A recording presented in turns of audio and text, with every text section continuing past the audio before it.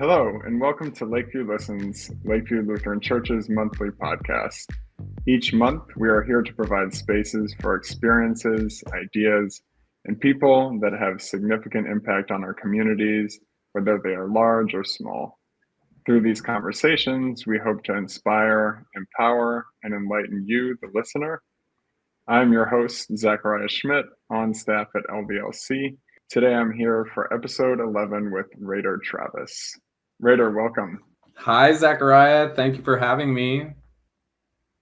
Thanks so much for being here. I've been looking forward to this for quite some time. I know it's taken us a second to connect and get schedules worked out, but I'm glad we're finally doing this and burning the midnight oil too.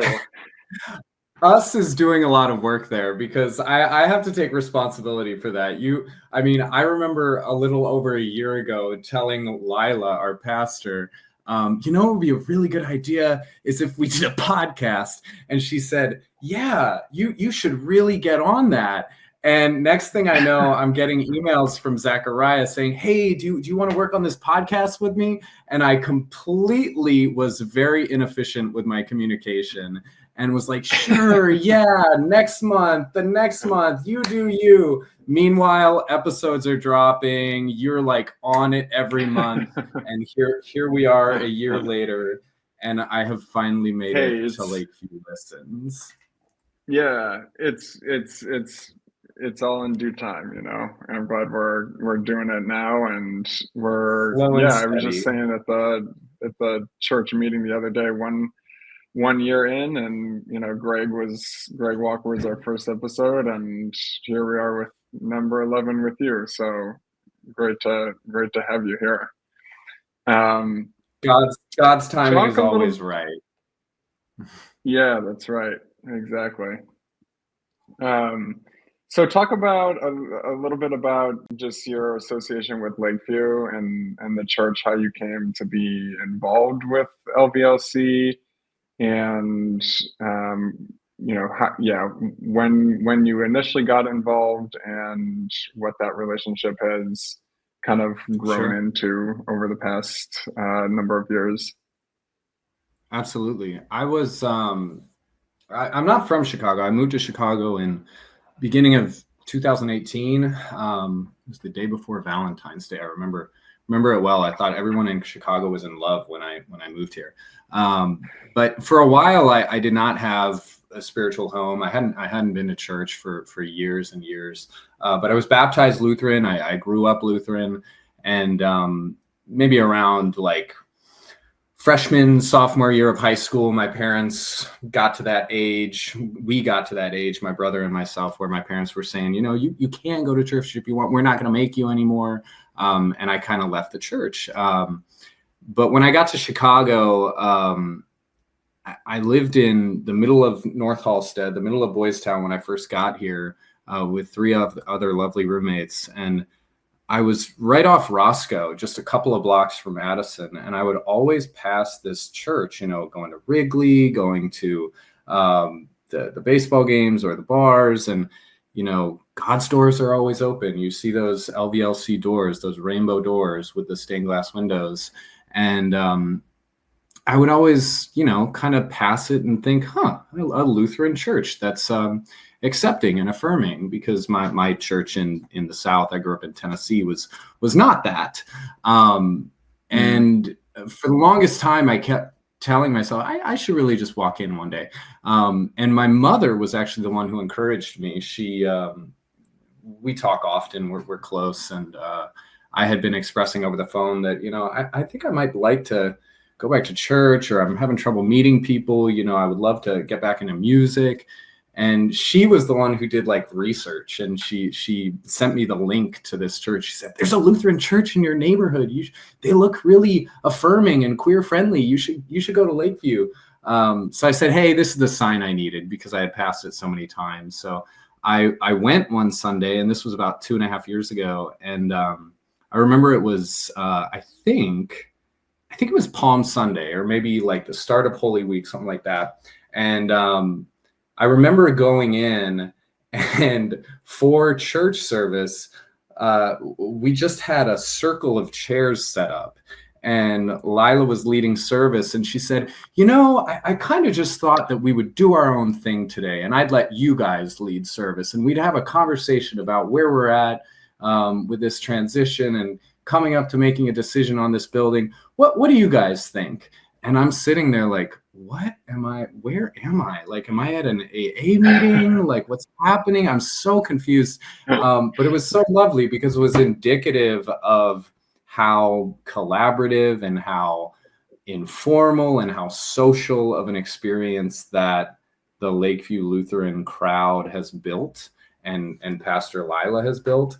And I fell in love, and I got to know the sort of mission-oriented work that Lakeview was doing, not just the housing, but also other mission work in the community, organizing work. And I thought, okay, these are people that I can really get behind. And with every congregant that I would meet, with every leader that I would meet, I would think, wow, these are some really like deep, juicy people that I could really foster relationships with. So that's kind of how it started. And here I am. It's only been a couple years, but I really enjoy being new. I enjoy kind of picking up a baton for a group, for an organization, for a church that has such a long storied history. And it's been really neat to learn. And I'm still learning, and I'm looking forward to learning more. Sure. Yeah, it really is kind of an incredible place. It has all of these different avenues that kind of split off from the church part of it. And there's over the years, there's just been opportunity here, and here's this avenue, and here's this avenue, all that come from this tiny little congregation. And then just I was thinking at the meeting last Saturday, just listening to people talk, it was like, holy cow, like there are some really smart people in this room, and there are some really there are people who are really, really connected to a lot of great causes, and a lot of causes that are important in our societies and in our communities. So I really do think it's just like what you were describing. It's quite a place, and makes sense that you sort of found a home there. Yeah, I would think that like that was strong and at the front of my mind when I started at Lakeview, was almost like what you're saying. There's so many cool people here. Like the more baseline sort of like lower vibration way to look at it was like, what a networking opportunity, right? Like I want to network with these people. When the sort of higher perspective of that is like organizing, right? Like I want to organize with these people. Like I want the work that I want to do in my community is deeply rooted in meeting new people and getting connected with organizations that have resources and that have willpower and that have people power.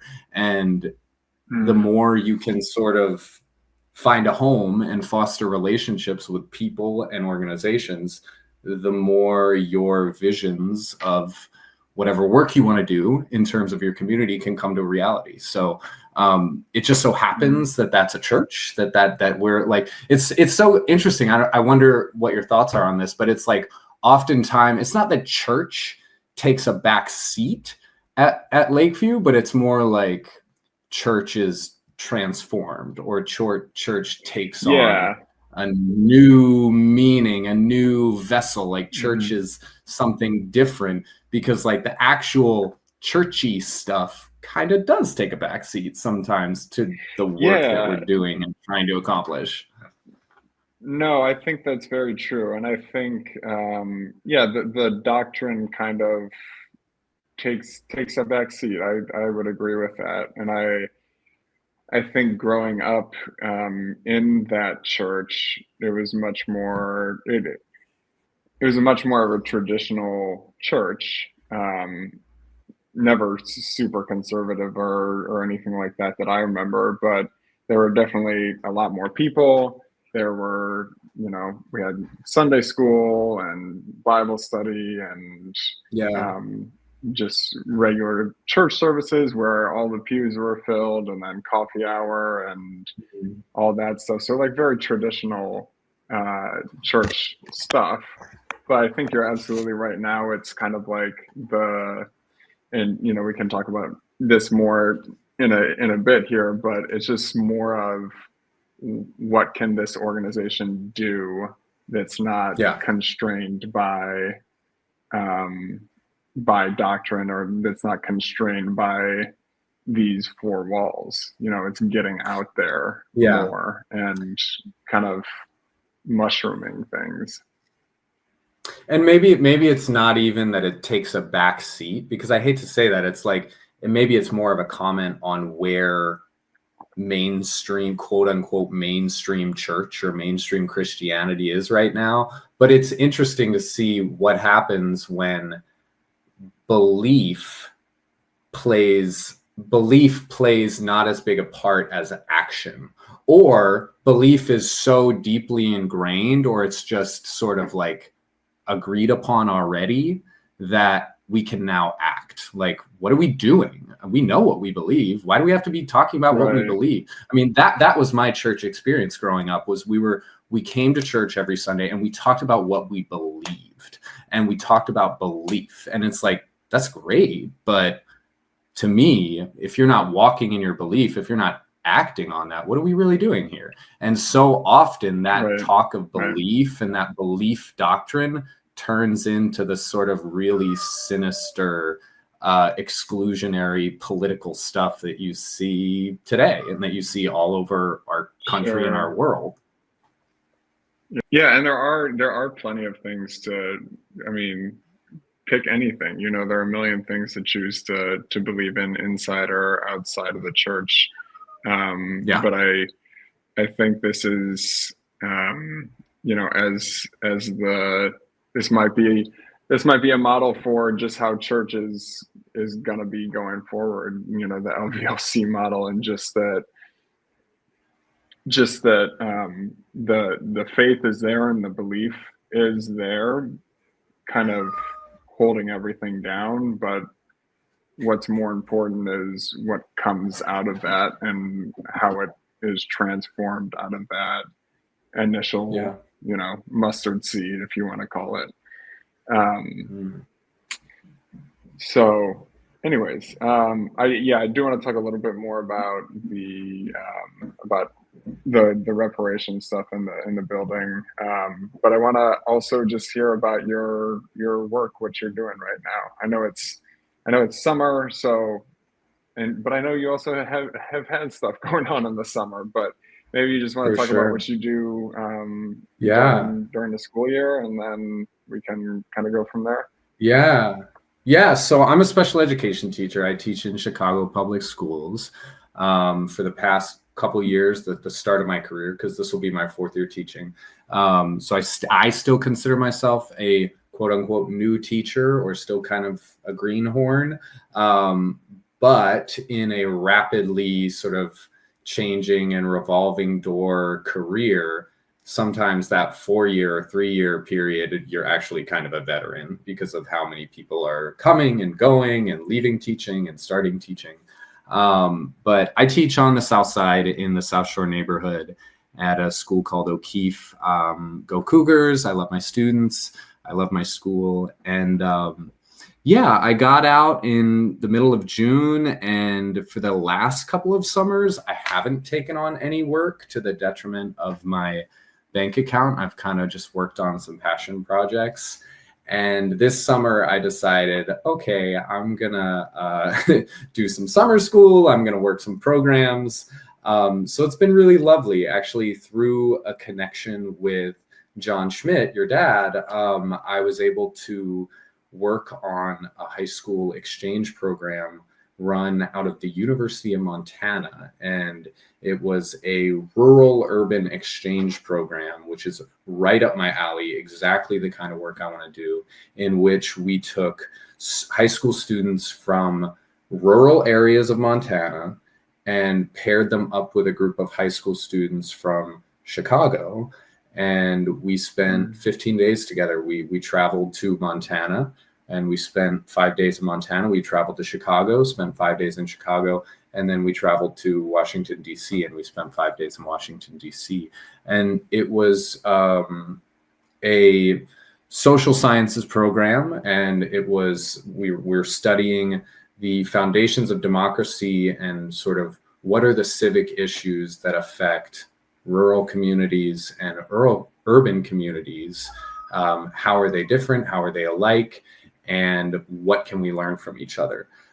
It's fascinating. We had an amazing time, and this was the exact type of education work that I wanted to do when I first started teaching, because I love the wilderness. I love rural areas. I love national parks. I love going out in the woods. And when I moved to Chicago, that was something that I really deeply missed, because even though we have so many amazing green spaces, we don't necessarily have proximity to wilderness here. It's not like the Pacific Northwest or the Mountain West or even like Florida, where I came from. You can't really drive 15-20 minutes and be in wilderness. You got to go quite a ways.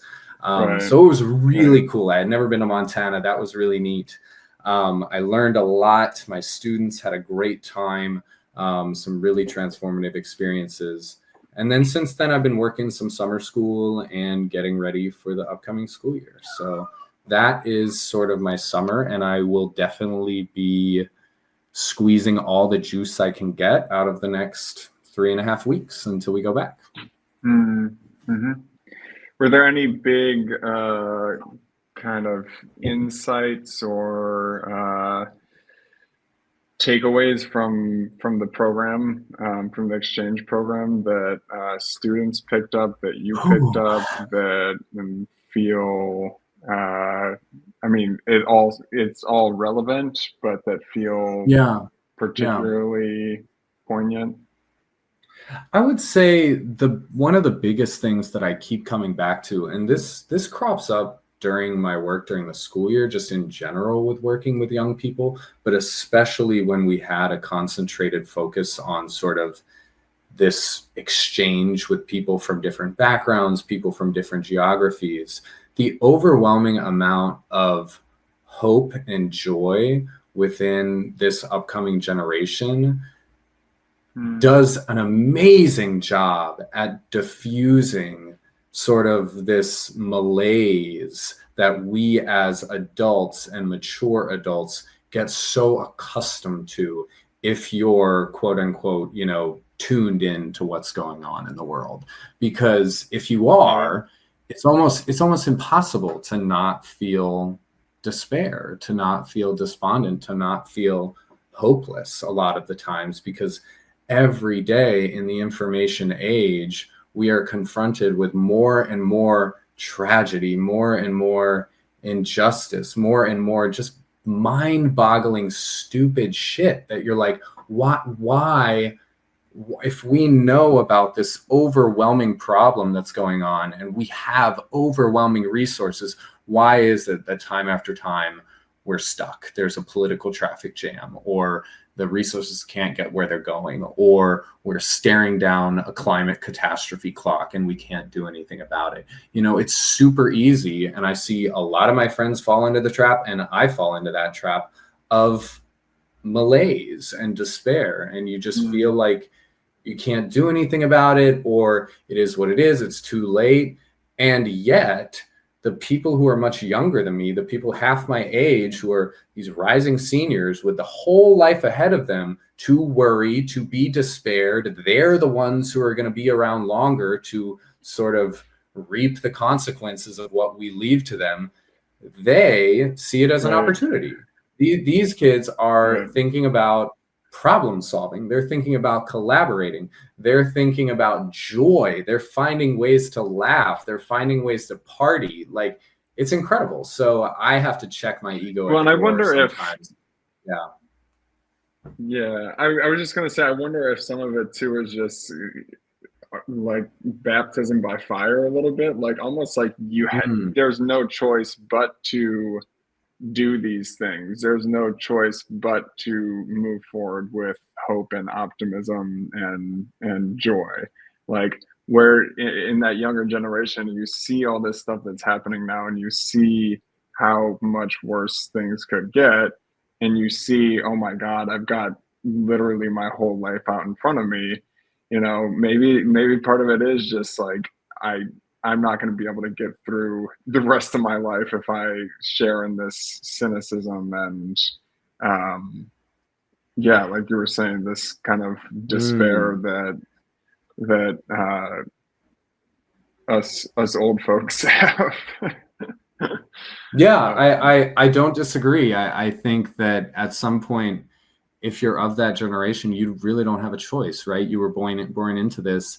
And I mean, there's a great Julian Baker song. She's a singer-songwriter from Memphis. She's one of my favorite indie acts. She's part of the girl group Boy Genius. And she has a hit song called Appointments. And she has this really cool line where she says, maybe it's all going to turn out all right. I know that it's not, but I have to believe that it is. And it's so sad and mm, so heartbreaking and so joyful and so hopeful all at the same time. It's like, we all know how this ends, right? None of us are getting out of this alive, right, right? And right, all of the data right. is suggesting that stuff is going to get really bad in a lot of different ways. But if I don't believe Yeah, that it's going to be okay, I mean, what, like I'm done for, right? Like I know it's yeah, probably not going to be okay, but I have to believe that it is. I really have to. right. Yeah, yeah, I think that's very well said. Very well said. Yeah. Um, yeah, so I know you mentioned briefly your school that you're working at. Can you talk a little bit about just the actual experience of teaching? Because that must be Yeah. such an interesting place to be teaching.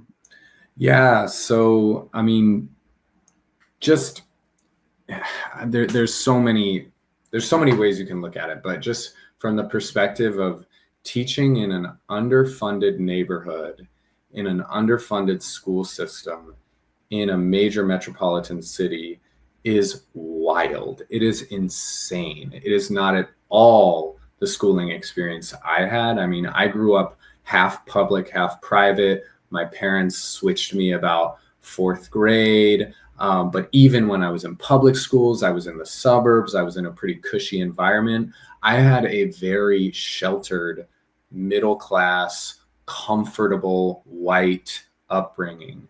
So to start my teaching career in urban neighborhoods in Chicago with mostly segregated schools, all Black student bodies, mostly low income schools.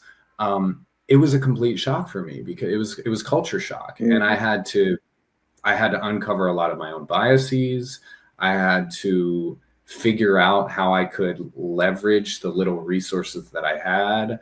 Um, Somebody said when I was in grad school, when I was getting my teaching degree, it was like going to school for education or getting your teaching degree is like going to culinary school where you have like the finest utensils and the finest ingredients and like everything is where it's supposed to be and you can make the nicest beef Wellington ever. And then actually teaching in the public school system is like you were thrown into like a 40 square foot galley on a rundown ship with like nothing but dirty, rusty tools and being told to make that yeah, same beef Wellington. It's like, it's just like right, not right, realistic. So you right. quickly have to figure out what are my priorities here? First of all, why am I doing this? Mm, What's going to keep me coming back? And where are my students right now? How can I meet them in the middle between where they are now and where the district wants me to get them, where I want to get sure. them, and how do I stay sane in the process, right? Right. So I have to check my ego out the door every day and be like, this is not about Rader, right? Anything that is any sort of any situations that come up, any sort of like aggression, any sort of conflict is not a reflection of me. It's a reflection of my role as a teacher in a really volatile environment. These kids, my kids, they're bringing in a lot of trauma. And at the same time, they're bringing in a lot of skills. It's just not necessarily the skills that the district or the state thinks that their students have or need to have, right? Like they have organic intellectualism, they have community skills, and yet a lot of my students still can't read. So I have to figure out, how do I learn from my students and how do they learn from me?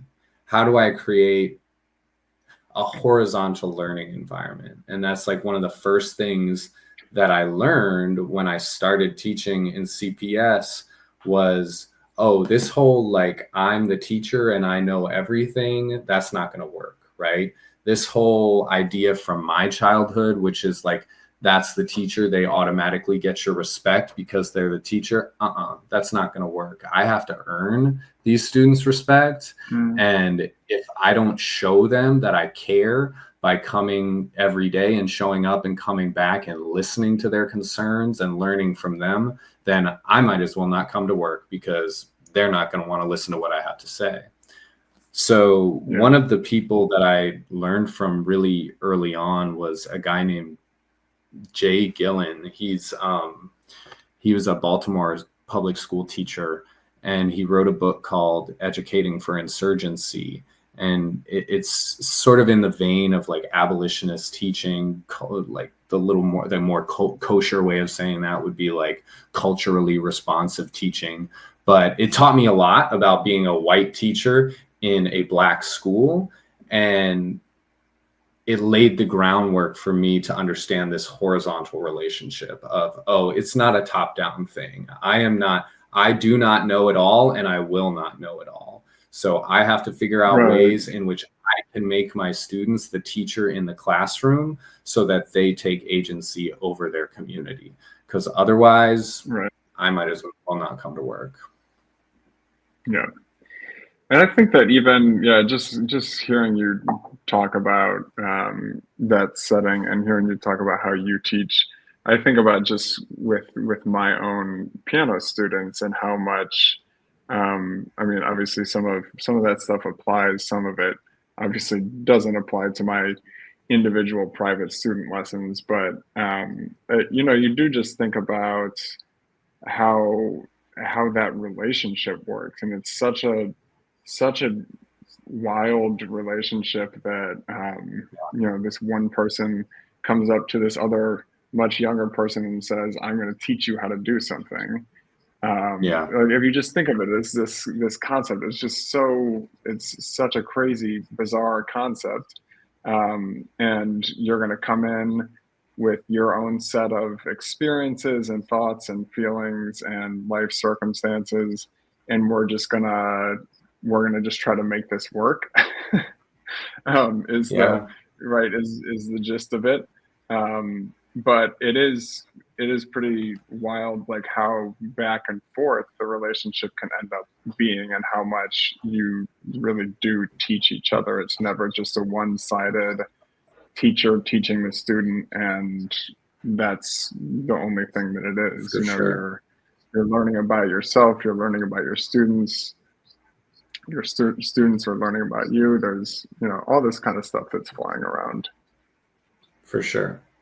I've always been a really curious person. I enjoyed school. I liked learning, and it came most of the time. It came rather easily to me. I did have a sheltered upbringing. I did have a lot of resources. I had support. I had community support. I had family support. So when I went back to school for teaching, and when I decided I was going to teach in CPS, they always ask you your why. Like, what's your why? Why are you doing this? And the idea is you have to remember your why, because when the going gets tough, you want to come back to that, right? Like, why am I actually doing this? Because we know it's not for the money, and it's not for the working conditions. It's not for the schedule. It's not for any of those things, because you would be insane to think that any of those are beneficial in education. But I discovered early on that my why was to learn. I teach to learn. That's the best way I learn, and that's what I enjoy doing. I enjoy learning. And when I realized that, it transformed and it sort of informed everything about how I teach and how I plan. Because what's going to put me in a position when I'm lesson planning, or when I'm trying to map out the week or map out the quarter, I'm asking myself, what's going to put me in the best position to be open to learning new things? Because I know that if I put myself in that stance, if I get myself in the stance of a student, if I get myself in a stance of openness and learning and listening, then there's no better way for my students to assume that position as well. They learn by modeling. If you model to them what it looks like to be a lifelong learner, what it looks like to be open-minded, what it looks like to listen, what it looks like to acquire knowledge and work at something for a long time, then I think it's like you can do anything. You really can. And it takes a lot of pressure off you thinking you have to have all the answers. You mentioned doing some organizing with the CTU. Yeah. Do you want to talk a little bit about that? For sure. Yeah, that was another reason why I was really attracted to going into education and becoming a teacher, was because I knew here in Chicago we have a really strong teachers union. And I've always been on the left side of the political spectrum, and I've always been interested in labor politics and labor organizing and labor unions. So it was like I was on cloud nine when I learned that, I could be a CTU member. I could be a member of Chicago Teachers Union.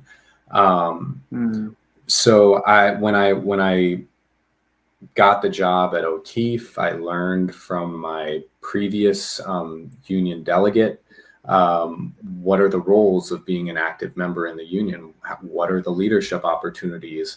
What are some of the work actions we have to take?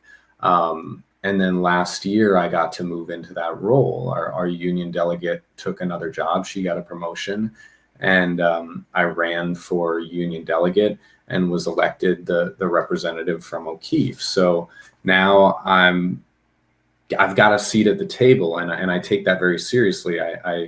I represent my union members and my staff as a whole, even the ones who are not dues paying members.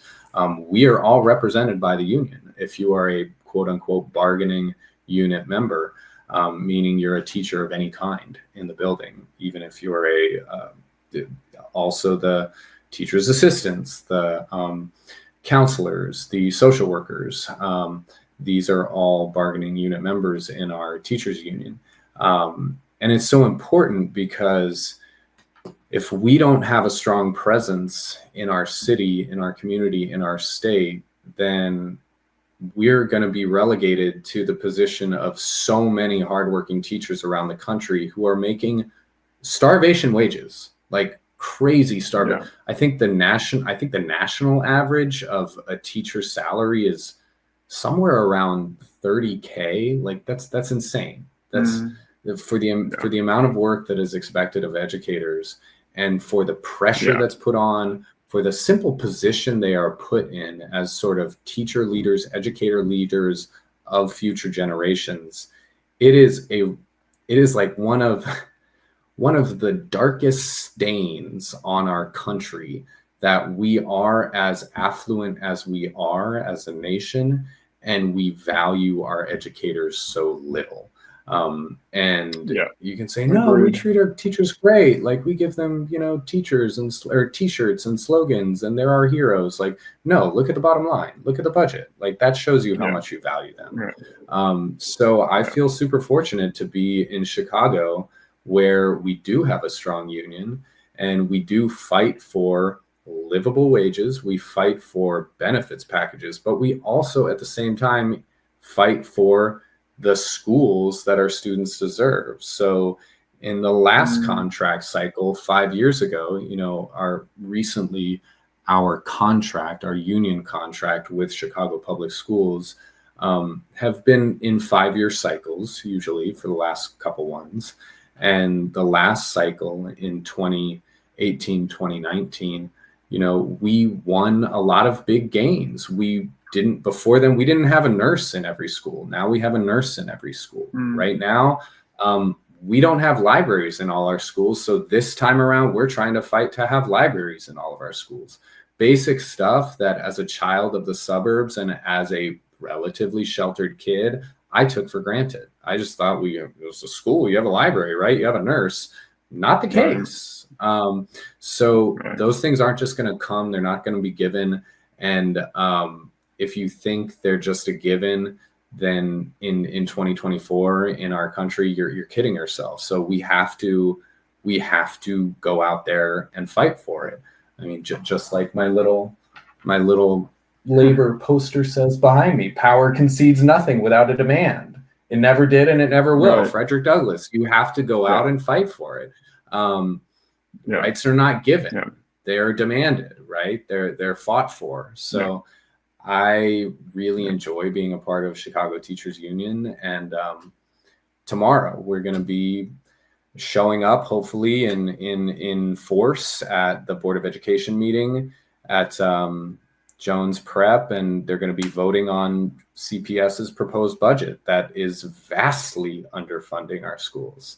So little by little, member by member and contract by contract, we're fighting for fully funded Chicago public schools in the face of a movement that is trying to further privatize our schools, further hollow out our public school infrastructure that still exists, and sort of just like how developers want to blight certain neighborhoods, politicians like our, thankfully long gone Rahm Emanuel, our former mayor, they try and blight our schools and then turn around and blame it on us and say, well, they're failing schools. Look at all these failing schools. Yeah, they're failing because you designed it that way, because you wrote a budget that didn't fully fund and fully resource these kids' education.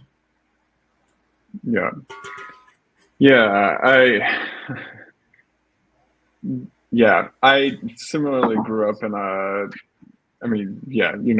my parents, but grew up in a upper middle class white household, and went to a really great elementary school and went to a really great high school, and was in a lot of ways very, very sheltered through not necessarily in every way because of the work that my parents have done over their lives, but definitely grew up with a lot of privilege, a lot of benefits.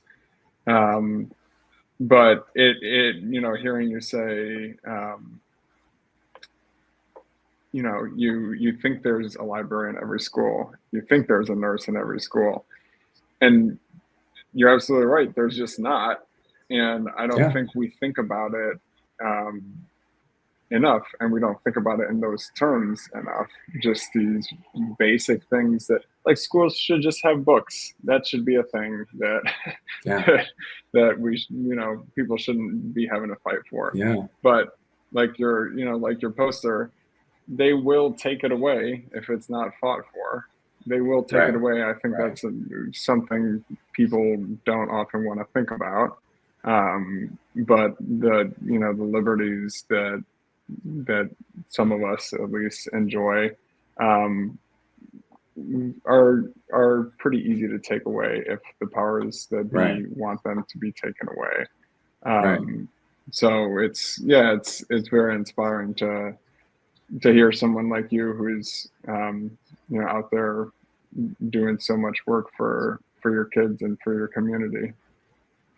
And the most sinister thing is they won't take it away and tell you they're taking it away. They're going to take it away and always frame it as better, right? We're giving you school choice, right? We're charter schools, school vouchers. This is going to be better because now you have educational freedom. Now you have parental choice, right? And it's like, no, they're not telling you the whole story. Is that they're actually copying a pared down skeleton staff model, selling you sort of snake oil solutions based off of tech and things that we've heard a million times before without really backing it up, when the people who are investing in those schools, the Betsy DeVosses of the world, are just making a quick check off of yet another industry. It doesn't matter that it's education. It could be energy. It could be defense. It could be anything. It's just a fast check because it's one more thing that they see as a big expenditure for our social services that they can turn into a private check. And it's wild, but it's why I do it is to learn, but it's part of the reason why if people my age or anyone who is suffering from that despair or that malaise, it's like part of the reason I do it is because I don't think we're going to build a more critical thinking electorate without robust education. Like if we don't teach our kids how to critically think and how to cut through the bullshit of so much of these political movements that are masquerading as populism, when in fact they're just the most basic corporatist BS, like then we will get the future we deserve, right? We will, because we haven't set up the systems to, if you don't teach it, they won't learn it. And if you don't teach it, their phone's going to teach it. Who's in charge of their phone? Like big tech, right? The algorithm is going to teach them quick thinking ahead of critical thinking. And it's already happening, it's not like it's 100%, it's not like it's not like it's someday in the future. It's already happening. Yeah. It's already there. Yeah. Very much so. Yeah. I want to circle back to LakeView. Now that we're talking about organizing some, and just talk for a bit about the building, and if you can just kind of share what your role has been in that project and what your role kind of looks like going forward, and I guess just where we are in the process. Yeah, for sure. For those who don't know. Yeah, well, I'm learning just like everyone else. And like I said in the beginning, like I'm a relatively super new member when you think about the entirety of the timeline of LakeView. To only have been here for 2-3 years is like, wow, we've been around 175 years. And this building that we just knocked down had been there since the 60s, in 1964, I think. So gosh, 60 years. I came in, and the service that I mentioned when we were kind of in a circle, I believe the congregation had just made sort of the final decision. They had just in the past year approved this relationship with Over the Rainbow, in which LakeView Lutheran would donate their land, would donate their building in order to have it turned into affordable housing for the community, in partnership with this organization called Over the Rainbow that funds and builds accessible low-income housing, right? Or accessible, affordable housing. So when I came in, we were having a conversation about the conversation that I walked into was about, well, where do we want to congregate? Where do we want to worship in the meantime, right? What is this transition period going to look like?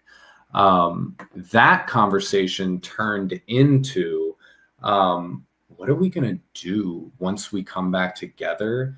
And by the way, we have a bunch of extra resources from the donation of our land, specifically from selling our tax credits that came from the donation of our building. So all of a sudden, this little church, all of a sudden, this little congregation is coming into quite the financial windfall that we can then use to help our community. So one of the things that John Schmidt was talking about at the time and other church leaders were, we would like to approach this through the lens of reparations. And by reparations, we're talking about reparations to specifically the Black community, the African-American community. When we talk about reparations, we can talk about reparations for many different things. Historically, we can talk about it through the lens of indigenous communities, queer people, Black people, immigrant communities, women, but specifically the most sort of, I don't want to say in vogue, but the most popular way people reference reparations now is in response to slavery, in response to, okay, one of the original sins of our American empire, of this American experiment, was slavery. And it has obviously created institutional racism and barriers, challenges, inequities, tragedies for our African-American brothers and sisters and siblings in our community today. So reparations is a way of looking back and saying what harm was done, by whom, to whom, and how do we repair that?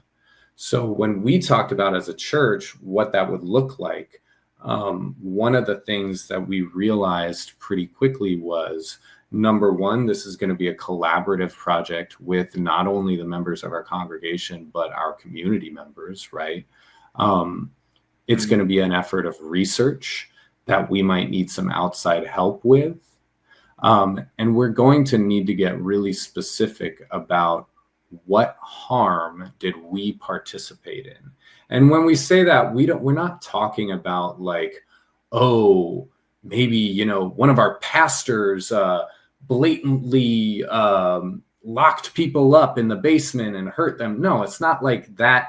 Maybe it was for some organizations, but like for us, it's more institutionally, what did we benefit from that others in our community were harmed by, right? So for example, in the 50s and 60s, the redlining in our property development as a city meant that a lot of African Americans missed out on easy opportunities for land ownership and property ownership that white people and white organizations got like that, right? We got sweetheart deals.